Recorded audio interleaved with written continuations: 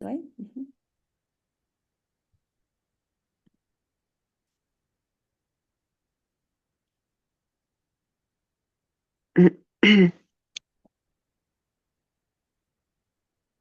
Жақсы. Қазіргі таңда балалардың сөйлеу тілі кешігіп жатыр. Ойлау қабілеттері де, даму процестері де кешігіп жатыр. Бұл қазір біздің қоғамдағы, жалпы біздің емес, бүкіл әлемдегі бұл проблема болып тұр. Енді ол балалардың сөйлеу тіліне не кедергі болып жатыр дегенге біз нақты жауап бере алмаймыз. Міне балаңыз мынадан сөйлемей тұр, балаңыз бен мынаны бүйткеннен кейін осылай дамымай тұр деп біз айта алмаймыз. Себебі ол баланың миының ішінде ішкі құрылысында бір бұзылыстар болуы мүмкін да. Сырт келбетіне қарап олай біз балаға нақты міне мынаны бүйтсе солай сөйлеп кетеді, мынаны істесе осылай болып кетеді деп айта алмаймыз. Осындай сөйлеу тілі кешігіп жатқан ата аналар маған келеді, ойлайды бір ай келсе болды балам сөйлеп кетеді деп. 4 жасқа дейін, 5 жасқа дейін сөйлемеген балалары бір 3 айда сөйлеп кететін сияқты үмітпен келеді да. Мен айтам, менде бір чудо таблетка жоқ, мен бір сиқыршы емеспін, балаңыздың миын бүйтіп жаңағы жұмыс жасап жүретін. Мен қолымнан келгенше сырттай стимуляция жасаймын, сырттай әрекет етіп мидың жұмысын жандандыруға тырысамын. Алайда ары қарай баланы қай кезде сөйлеп кететініне мен жауап бермеймін деймін. Себебі ми біздегі өте жалқау орган. Мидың жалқаулығын мен былай түсіндірсем болады сіздерге. Жалпы мен өзім де бір жұмыстан шаршап келдім делік, алдымда ата енем бірдеңені дайындап қойыпты. Мына мысалы мына балықты алып келдік, мынаны тазалап қорш бүгін деді. Ананы көремін да мен бірден деп қуанып кірісіп кетпеймін ғой. Мұрнымды тыжырайтамын, анау ұнатпаймын, жақтырмаймын. Өйткені ми сондай. Жаңа көрді, бірден оған отказ беріп жатыр да. Ой, қойш деген сияқты. Өзі қазақтың сөздерінің жаны бар ғой. Көз қорқақ, қол батыр дейді. Яғни көз арқылы ана ақпарат келді, мен балықты көрдім, уже миым оған отказ беріп жатыр, жасама деген сияқты. Ал ары қарай оны қолмен қимылдап жұмыс жасап кеткен кезде ми білмейді, жұмысын жасап ары қарай жалғаса береді. Сондықтан балалардың да миының жұмысы сондай жалқау қазір. Ол қай кезде оянады, қай кезде нейронный связка болып бала жаңағы біздің үйретіп жатқан дүниемізді жаңғыртып бір кезде шығаратын біз білмейміз. Бала жүріп бір 7 айдан кейін ба, 10 айдан кейін ба бір іске қосылады, мида бір тоқ пен тоқ жалғанған сияқты, сол кезде бала сөйлей бастайды деген сияқты жағдай болып жатыр. Ал енді балалардың сөйлеу тіліне жаңағы кедергі болатын осы екі факторды атаймыз, ішкі және сыртқы фактор. Ішкі фактор дегеніміз анасының құрсағында жатқан кезден бастап, анасында қандай да бір қиындықтар болса, анемия, токсикоз, уақытынан бұрын босану, давление болу, жаңағы баланың кіндігі мойнына оратылып туылуы, бас қысылып қалуы, жаңа ауа жетіспеуі деген сияқты осындай бұзылыстармен, қиындықпен анасы жүктілікті өткізсе, оның барлығы баланың болашақта мынау 5-6 жасқа келіп мектеп алдында осындай дамитын кезінде барлығы кері әсерін білдіреді. Одан кейін ген арқылы берілетін тұқым қуалаушылық аурулар берілуі мүмкін балаларға. Аутизм, яғни мидың бұзылысы, мидың жұмысының басқаша бағытта бір направлениеде жұмыс жасауы. Ол да туа бітті болады, және ол емделмейді, тек қана аутизм балалар болса, оны өмірге бейімдейміз. Одан кейін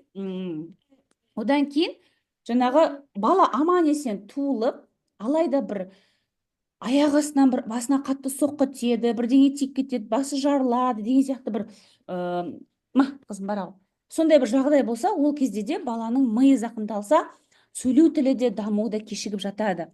Және де мына суретте көргеніңіздей, ана жаққа бар ана жаққа. Яғни иіс сезуге, дәм сезуге, сипап сезуге, көз арқылы көруге, құлақ арқылы. Қызым, баршы ана жаққа. Бар, өзің тауып бар. Осындай барлық сезім мүшемізге жауап беретін мидағы зоналар әр жерде орналасқан. Осы зонаның біреуі де дұрыс жұмыс жасамаса, оның өзі баланың сөйлеуіне, дамуына кері әсерін береді. Медина, есі жауап кетші, қатшы. Оның барлығын біз ішкі факторға жатқызамыз. Яғни балалардың сөйлеуін, дамуын тежеп жатқан.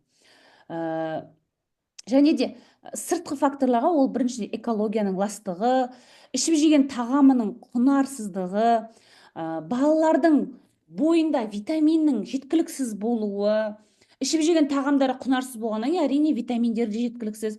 Балаларда жаңағы железо, В9, В12 деген сияқты витаминдер де жетіспесе де мидың жұмысына дұрыс кислород бармайды. Бұның барлығы әсер етеді. Жаңағы гаджет, телефон, телевизорды шамадан тыс көрулері де балалардың сөйлеу тілін, дамуын, ойлау қабілетін, есте сақтау қабілеттерін де тежеп жатыр. Отбасында дұрыс тәрбие бермеу, зорлық зомбылық көру, стресс алуы балалардың. Себебі менің практикамда болды. Ата-анасы ажырасып кеткен балалар болады. Балаларда мінез құлқында бұзылыс болады. Ата-анасын жаңа ұрсын көрген, сондай стресс сезінген балалар, және ата-анасы екі жаққа кеткеннен кейін де сондай бір мінезінде бір ауыр бір өзгерістер болады да, ол балаларында сөйлеуде, дамуда кешігіп жатқан жағдайлар кездесіп жатыр. Және де мынау педагогты сызып қойғаным педагогикалық запущенность, яғни педагогическая запущенность дейді. Барлық аналардың үйрете алу қабілеті жоқ. Сіздер мен біздер мұғалім болғандықтан, яғни сіздер мен біздердің мұғалімдікке қабілетіміз бар болғандықтан, үйрете алу деген қабілетіміз болғандықтан біз осы педагогика саласына келдік. Ал дерлік барлық аналардың, әкелердің педагогикалық қабілеттері бола бермейді ғой. Басқа да темір жолында, телевидение ма, жаңа тоқта, суда жұмыс жасайтын ата-аналар көп, бухгалтер болып жасайтын. Бұндай ата-аналардың үйрете алатын қабілеттері бола бермейді. Менің практикамда бұндайды ата-аналар өте көп, баласына үйретпеген. Қарапайым, мынау үлкен, мынау кішкентай, мынау сары, мынау жасыл, қарашы, анау көп екен, мынау аз екен деген сияқты жүрген жерінде айналасындағы заттармен таныстырып, атын атап, түсін түстеп, санын санатып үйретпеген балалар біздің алдымызда өсіп жатыр. Қазіргі балаларды YouTube тәрбиелеп жатыр. Тек YouTube'тан көз арқылы көрген ақпараттары жаңағы түстерді ажырату, сандарды сәйкестендіру деген сияқтыларды біледі. Бұлай негізінен үйретілмей қалып жатқан балалар өте көп. Енді осындай балалар өсіп, мектеп жасына жетіп, мектепке біздің алдымызға келіп отыр. Мектепке келгеннен кейін баланың есте сақтау қабілеті төмен болады, жазу қабілеті, оқу, барлық жағынан қабілеті төмен болып жатқан кезде ата-ана мұғалімдерді кінәлайды. Білмеймін мектепте не оқытатынын, барат, келет балам деп мұғалімді кінәлауы мүмкін, жауапкершілікті мұғалімге сырттайды. Ал мұғалім жалғыз бала алдында 20-25 барлығына бірдей білімін береді, бірақ балалардың қабылдау қабілеті әртүрлі болғаннан кейін үлгермей жатады. Сондықтан мұғалім ойлайды, неге үйде ата-анасы қадағаламайды, неге үйде ата-анасы осы баланың біліміне, тәрбиесіне кішкене көңіл бөлмейді деген сияқты екі жақ бір-бірін кінәлау осындай кездесіп жатыр. Бірақ ортада бала түсінбейді, білмейді. Себебі баланың миының ішінде болып жатыр бұзылыс. Жаңағы дамуы да артта қалып жатыр, сөйлеуі де кеш шыққан, өзінің қатарына қарағанда ойлау қабілеті, сөздік қоры, ойын жеткізе алуы деген сияқты барлығы кешігіп жатқаннан кейін бала білмейді, не үшін ол оқи алмай отыр, неге бұндай болып тұрған. Сондықтан балалардың дамуы ол өзінің табиғи баспалдағы бойынша жүруі керек. Бұл енді онтогенез, балалардың табиғи жолмен дамуы. Яғни онтогенез дегеніміз барлық бала дүниеге келгеннен кейін дәл осылай этаппен өседі. Бірден бала туыла салып отырмайды, бала туыла салып бірден еңбектеп кетпейді. Барлық жер бетіндегі балалар осы этаптан өтіп барып, еңбектеп, аунап жүреді. Дәл сол сияқты балалардың сөйлеу тілдерінің де өзінің осындай этаптары, яғни баспалдақтары бар. Бала туылады, 2-3 айлығында аунауға тырысады, 4 айлығында уже басын алдыға қарай көтеріп тұрғысы келіп, 5 айында талпынып, 6-7 айлығында өзінің белін, денесін тік ұстап отыра алатын жағдайға жетеді. Одан кейін жерде партизан сияқты жорғалап, кеудесін көтеріп еңбектеп, жағалап жүріп, одан кейін 2 аяғына нық тұрып жүреді. Барлық баланың өтетін осы онтогенез бойынша дамуы. Бұл өзінің осы кезегімен жүру керек. Балаларда осы 1 жасқа дейін де бұзылыс болу мүмкін. Оны байқамайды қазіргі жас ата-аналар. Бірден еңбектемей жүріп кететін балалар бар. Ол да дұрыс емес. Еңбектемей жүріп кетсе, бала деген осылай екі қолмен жерді тіреп еңбектеп жүргені оның мына қолының бұлшық етін бәрін қатайтады ғой, өзінің кеудесін көтеріп жүреді. Еңбектемей бірден жүріп кетті, менің балам шустрый деп ойлайды. Ол дұрыс емес. Яғни табиғаттың өзінің заңдылығына ол қарсы болып жатыр да. Өзінің табиғи заңдылығы бойынша өсу керек бала. Немесе 6 айлығында уже мына диванның жиегін ұстап бүйтіп селкілдеп тұратын балалар болады. 6-7 айлығына аяғы нық басып. Ол да дұрыс емес. Яғни уже 6-7 айлығында ол балада гиперактивность көрініп жатыр. 6-7 айлығында бала уже мынандай бір нәрсені ұстап екі аяғына нық тұрмау керек, ол секеңдемеу керек. Ол отыратын кезі, аунайтын, еңбектеуге талпынатын кезі да. Сондықтан даму өзінің табиғи процесімен жүру керек. Ал балалардың сөйлеу тілінің де даму кезеңдері бар. Сөйлеу тілі шыққанға дейінгі кезең дегеніміз бұл 5-6 айлыққа дейін. Яғни 5-6 айлыққа дейін баланың ауыз қосу сөйлеуге дайындалады, дайындық үстінде болады. Қалай? Сонда баланың, ол қалай десек, ол 2 айлық бала, және туылған бала, жаңадан туылған бала, ол жылаған кезде де әртүрлі интонациямен жылайды. Қарны ашса шырқырап жылайды, іші жел қарыспаса шырқырап жылайды. Еркелеп жатса ол еркелеп жылағаны байқалады. Яғни бала өзінің жылағанымен ол сөйлегені. Одан кейін ол әуілдейді, гүлдейді. Анасы сөйлесе, анасын аузына қарап реакция қайтарып, у, деген дыбыстар шығарады. Яғни балада о, у, деген сияқты дауысты дыбыстар бірінші дамиды. Бұл баланың алғашқы өзінің сөйлегені. Одан кейін міне 6-7 айлыққа келгенде бала отырады, ойыншықтарды ұстап, әр нәрсені аузына салып, тістелеп, ойнай бастайды, таныса бастайды. Сол кезде бала бір нәрселерді тарсылдатып отырып, деген сияқты та осындай алғашқы буындарын шығарады. Сонда 6-7 айлығында балада былдыр пайда болып, міне м, б, п, т деген дауыссыз дыбыстар шығады екен. Сөйтіп, өзінің алдыңғы а, о, у деген сияқты дауысты дыбыстарына осы дауыссыз дыбыстарын қосып, алғашқы буындарын шығарады бала. Та деп. Сондықтан да мама, папа деген сөз жарық дүниеге келген. Балалардың алғашқы буындары осы болғаннан кейін. Одан кейін бух, пах, тах деп әртүрлі үлкендердің жасағанына қарап еліктеп, мысалы құлап қалып тах десе, балада дах деп қайталауы мүмкін, әртүрлі осындай дыбыстары, алғашқы буындары пайда болады. 9-10-11 айлық балада белгілі сөздер пайда бола бастайды. Бұл сәтте баламен жиі сөйлесу керек.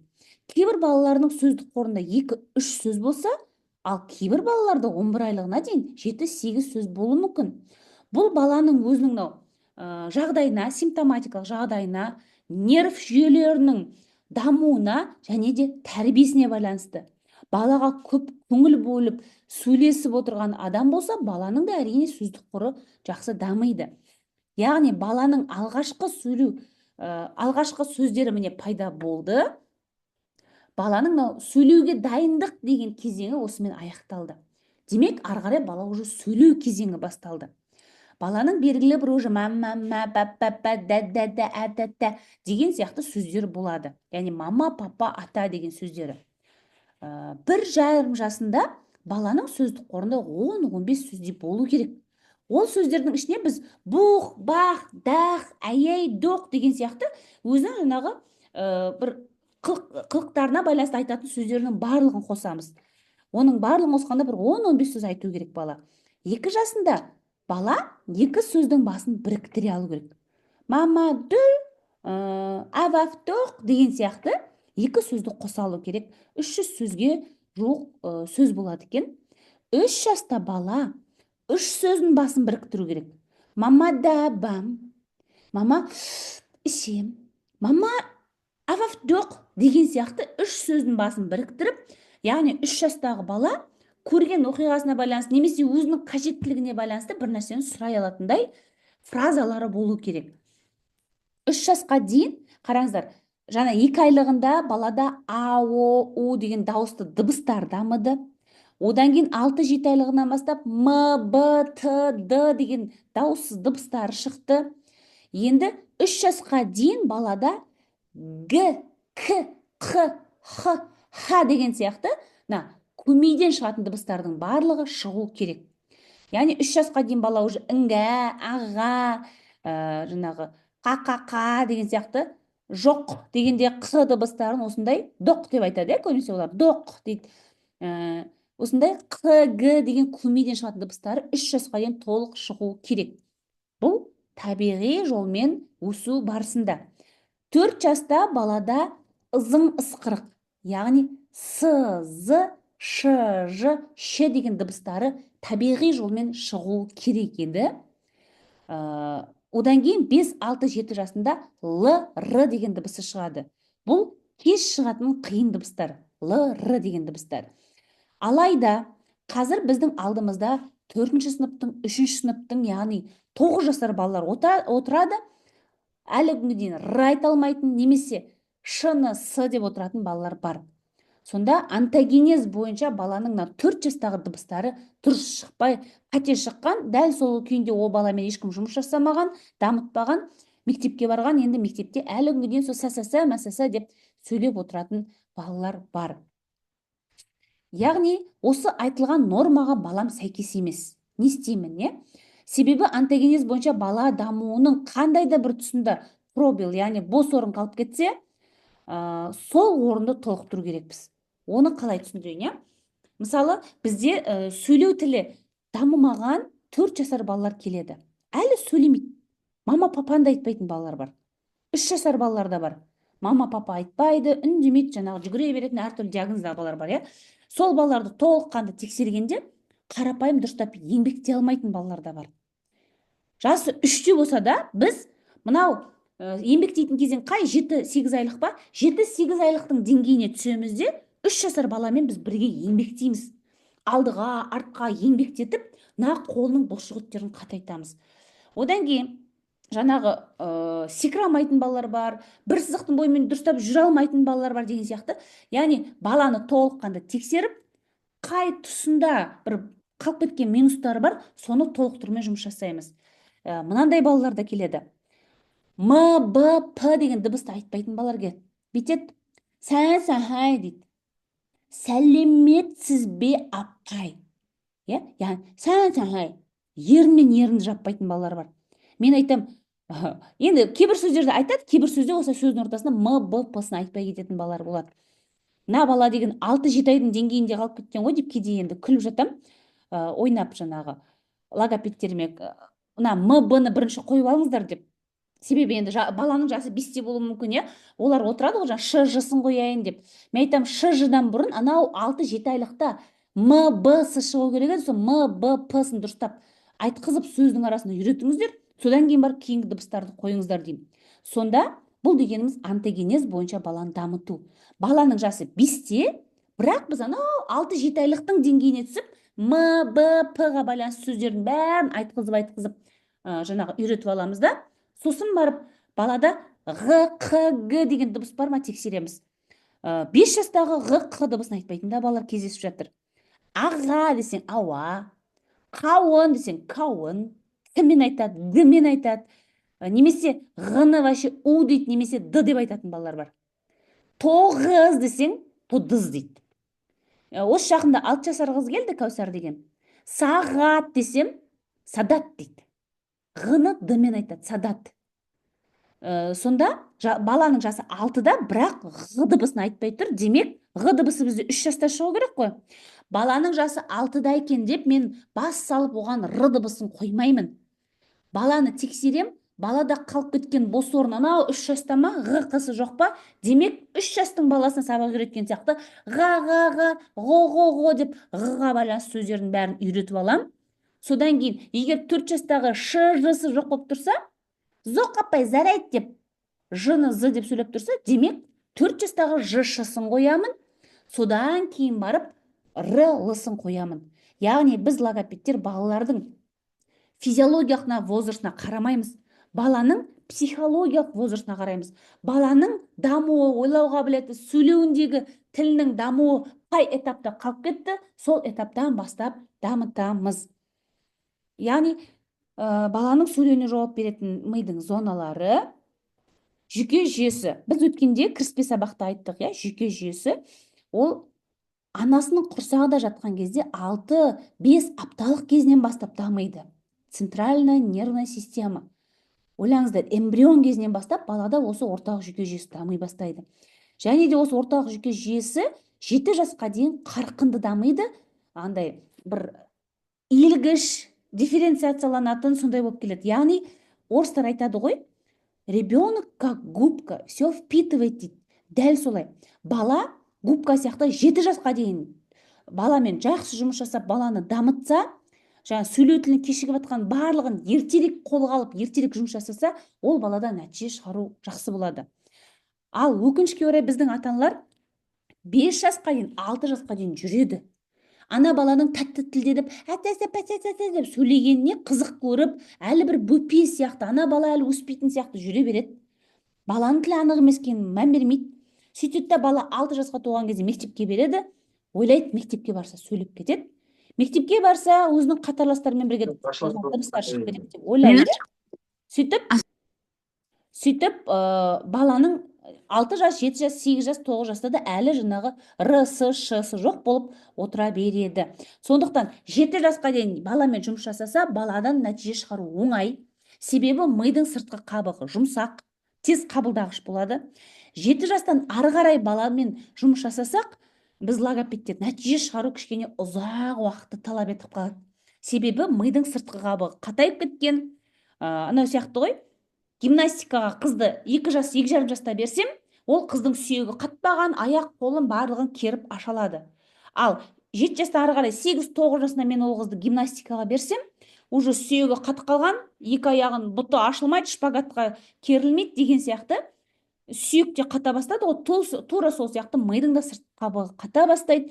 Сондықтан алдарыңызда отырған қазіргі оқушы балалардан нәтиже шығару ол ұзақ уақытты талап етеді. Осыны ата-аналарға ескерту керек. Себебі 1 ай, 2 ай, 3 айда бір керемет болып кетеді деп ойлайды ата-аналар.